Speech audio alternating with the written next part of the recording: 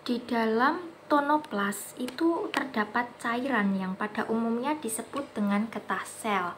Getah ini sebagian besar tersusun dari air dan zat-zat larut lain tergantung jenis tumbuhannya. Sel yang masih muda umumnya akan mempunyai banyak vakuola yang memiliki ukuran kecil. Seiring dengan berkembangnya sel tersebut, vakuola-vakuola tadi akan bersatu membentuk vakuola tunggal yang berukuran besar. Vakuola terbentuk dari retikulum endoplasma Re yang menjulur membentuk saluran-saluran kecil yang disebut provakuola. Saluran kecil ini kemudian akan saling menyatu sehingga akan terbentuk organel yang berbentuk mirip seperti dengan bola.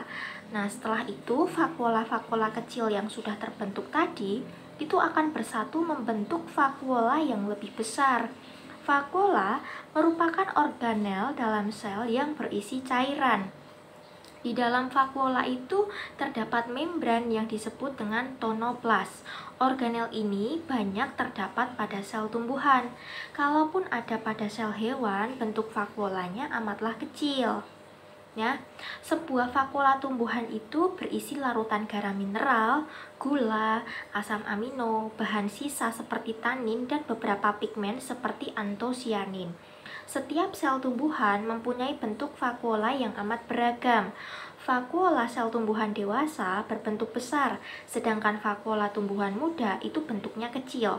Semakin tua usia tumbuhan, maka vakuolanya juga akan bertambah besar, bahkan bisa menjadi bagian yang lebih dominan dalam sel.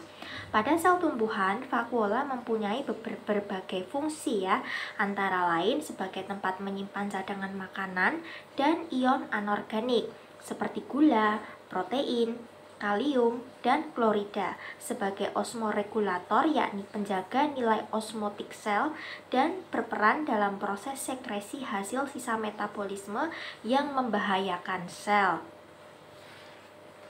Nah, untuk menarik datangnya serangga penyerbuk ya, sebagian vakuola sel tumbuhan itu mempunyai pigmen. Contohnya pigmen merah dan biru pada mahkota bunga. Sebaliknya, supaya hewan pemangsa tidak datang mendekat, vakuola sel tumbuhan mengandung senyawa beracun dan bau tidak sedap.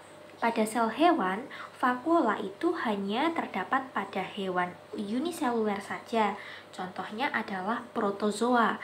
Fungsi vakuola adalah sebagai vakuola pencernaan makanan, ya, vakuola non-kontraktil. Selain itu, protozoa juga mempunyai vakuola berdenyut, yakni vakuola kontraktil yang mempunyai peran dalam pengaturan tekanan osmotik sitoplasma.